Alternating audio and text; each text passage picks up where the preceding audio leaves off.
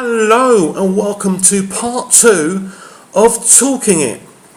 I think the biggest weakness EastEnders has in this current climate is its characters. They're extremely weak, and they're extremely weak because they don't have character. That's the problem. They lack character, they lack personality. Now, before you write big, gripping, epic stories or emotional character-driven journeys, people have to care about the characters. I think the great example of this, of course, is the original Star Wars, where we had these three characters, Han, Leia and Luke, and we absolutely loved them and we absolutely cared about them, and they just leaped off the page. And EastEnders had character. When you see the opening 4 years, it seeped character, didn't it? It seeped character. Dan and Angie were really inspired from Dallas, but then you had these real gritty East End characters like Pete and Kathy. And obviously the Osmonds, Ali and Sue, them losing baby Mehmet, massive story, so realistic, and you really believe what was going on. And the show's unrecognisable today because it doesn't have the characters. It hasn't really been able to develop a good character for many years. I mean, they've probably, I think Max has been quite successful, I think. But when you look at Max, he's been a bad impression of his own character now. So I think we're all pretty bored of Max the cheat. I don't think we really want to keep on seeing that. So for me, the biggest weakness from the show, I mean, we've seen big trailers now. We saw last night's episode, which was quite good. We saw Phil discovering who Sharon's meeting, and he's kind of going to get suspicious now. I mean, last night, all the scenes with Sharon and Phil were brilliant, but this represents a failure with Dominic Treadwell-Collins and the characters that he's introduced, and the characters that Lorraine Newman's introduced, and the characters that Brian Kirkwood introduced. People are not embracing these people. They're embracing the people that Tony and Juliet created, as in Sharon. Corinne Hollingworth created the Mitchells, and Corinne Hollingworth was one of the great BBC television producers. She went over to El Dorado, and for 6 months she nearly saved the show. She was that close to save the show, and that's how good Corinne was. She's not with us anymore, but producers of Tony Holland and Julia Smith and Corinne Hollingworth standing, you just don't get that kind of pedigree anymore. The thinking's very different about being light, fluffy, appealing to young girls.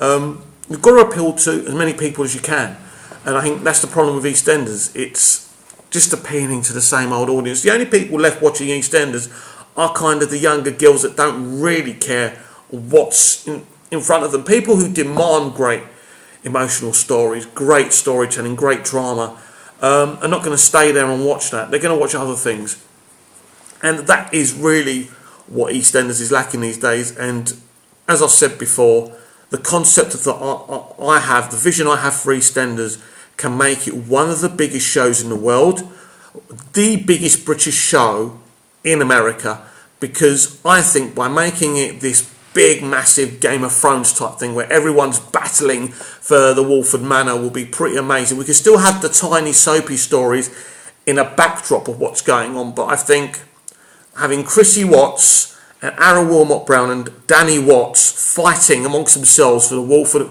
Manor will be something amazing, and we'll be really digging into those characters as well. I think that would be really exciting, because what we're seeing right now isn't exciting.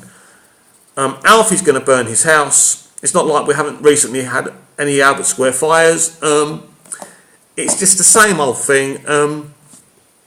The biggest failure of Dominic Treadwell-Collins, apart from this summer, is the Carter family, or as I call them, the Whartons. They're pretty dull. They're pretty unassuming. I mean, I just don't get it. As I keep on saying, you bring in someone like Danny Dyer, who's really great, a big drama, and you're bringing him in to be a light and fluffy dad. And someone actually told me that Johnny Carter's meant to be Dominic Treadwell-Collins as a kid, and Mick's meant to be his father, and Linda's meant to be his mum. Interesting. Be afraid. Be very afraid, hey? Because if that's where we're going with this, we have to look at this, and the BBC have to start looking at things. No matter what happens now with the current stories, Major surgery is needed for the future of EastEnders, to guarantee its future, if the BBC care about its future. I think we do need it to be massive over here, and for people to love it over here, but we also need people to embrace it abroad. I mean, to me, it will be a great honour to break America with EastEnders, because that's never really happened. But with my vision and the way I'm looking at things, I think most people who watch television can watch EastEnders and enjoy it, and that's the whole point, to get as many people enjoying it, watching it, and really getting people to fall in love with EastEnders all over again, because that hasn't happened really since the opening 4 years, since the Mitchells at their peak. I mean, I remember when Grant Mitchell left EastEnders the first time, and I thought this was a big moment. And I remember Ross Kemp, before he left, complaining about Sue Tully, aka Michelle Fowler, leaving, and saying, when you start losing people like that, you're in trouble. And I kind of thought, they'll get someone else. But, you know, Ross was right. And where are we now? We're down in the sewers with EastEnders. We are now going down the boat of absolute nothing happening all summer to these events happening. Linda being raped, Alfie, as I've already said, burning his house. And first of all, the Linda rape. When it was announced, I think there was a lot of kind of excitement from people, or people who don't really expect too much from EastEnders, thinking this is amazing. But it's all about personal perception, isn't it? In your personal perception, can you see Dean Wicks raping Linda? I mean, it's as simple as that, isn't it? It was kind of shocking when we saw James Wilmot Brown rape Kathy, because you didn't really expect someone like as charming as that to be a rapist. And I suppose they're trying to be shock-worthy now, but with the way spoilers come out these days, there's no shock anyway. And again, someone like that raping a grown woman, is it going to work? I don't know if it's going to work. I can't predict the future. It hopefully will be something amazing, but I just expect more half measures. And I think these days in television, there's a lot of producers that are too afraid to be too bold, to be too dramatic. I think ever since the baby swap storyline happened in EastEnders, and there was that amazing reaction where people wanted Brian Kirkwood's head on a platter, I thought it was a bold storyline, I thought it was an exciting storyline, and people should have gone with it. But people didn't go with it. For some reason, people took it seriously. Let's not forget, this is a drama, it's not real. It's there for for enjoyment, pure escapism, and EastEnders has always been there to deal with major issues. It's not beyond the realm of possibility of a grieved mother who's just lost her baby to steal somebody else's baby. Maybe the floor people weren't happy with the Moons not noticing things straight away. But would you if you didn't know it happened?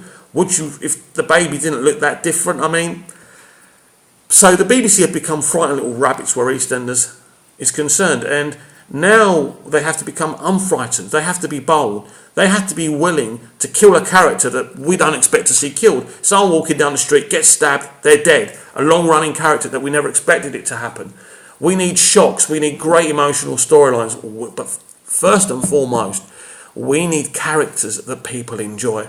And we need actors and actresses that people want to see.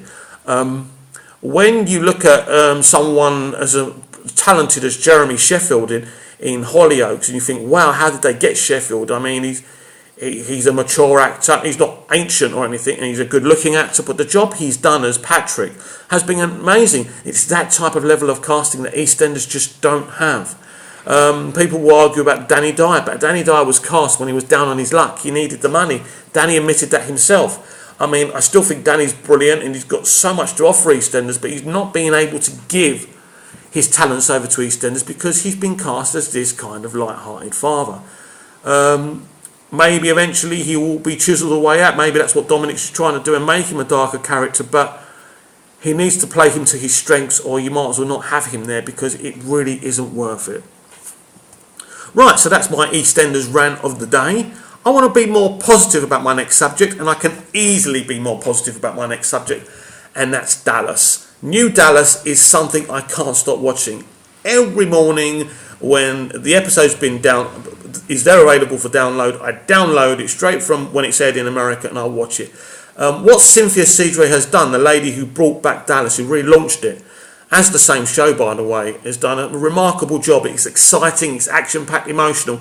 Everything I've been saying just now that EastEnders should be and isn't. It's got the characters. Of course, Dallas always had the characters, but it's introduced new great characters as well.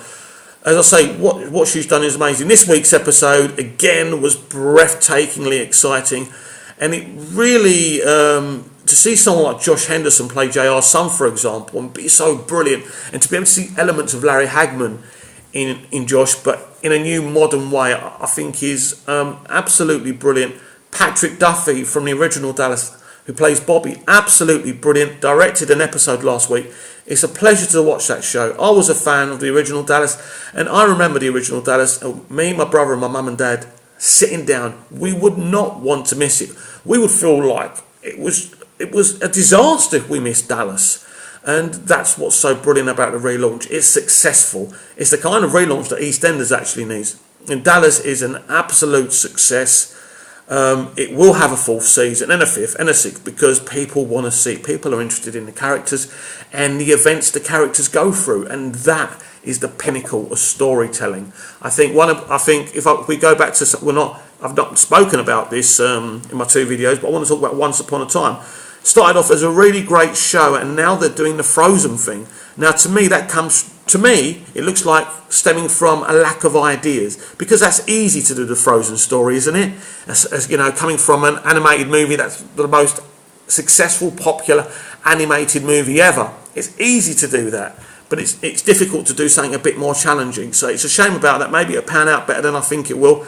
But I think doing the Frozen live action is a massive cop out, and I think it will be proven to be the same. Now, I know something that's really annoyed me this morning. Apparently, they're redoing Ghostbusters, but this time they're going to make it female Ghostbusters. I don't have any problem with females having leads, blah blah blah, but it's got to be done properly. Just to put female leads in there, just to say, oh, girls can do it too. That's not the point, isn't it? You've always got to cast and develop characters that are right for the story. Can you perceive 4 female Ghostbusters working? Can you see this movie actually working, making more than whatever you deem it will make? It's a stupid idea. It was a stupid idea to try and reboot Ghostbusters from the beginning. It will not work in this era. Maybe as a TV show it could work. Maybe as a cartoon it might work. As a movie franchise, absolutely, I swear to you, there's no way this can work. All right, next subject is a Minority Report TV series. Quite exciting. Apparently the lead's going to be a woman. Again, if it's a good actress, a good character, I'm all for that. But again, if we're just doing this to be politically correct, we are ripping off. We're ripping off the public, aren't we? We're ripping off me and you, the people who get so excited about these things, but then it's all about making a point. It's all about selling messages. Entertainment shouldn't be like that. Media shouldn't be like that. It should be about entertaining people, giving people escapism, making people happy. And that's not what they're doing. If you make people happy, you get butts on seats. You make a lot of money. Everybody's happy. So it doesn't really make sense to me. They're my rants for the day. Please get in touch and let me know what you think. EastEnders Mad on Twitter, Mick Meanus on Facebook, and I'm Mike Meanus on YouTube. We'll talk again. See you later.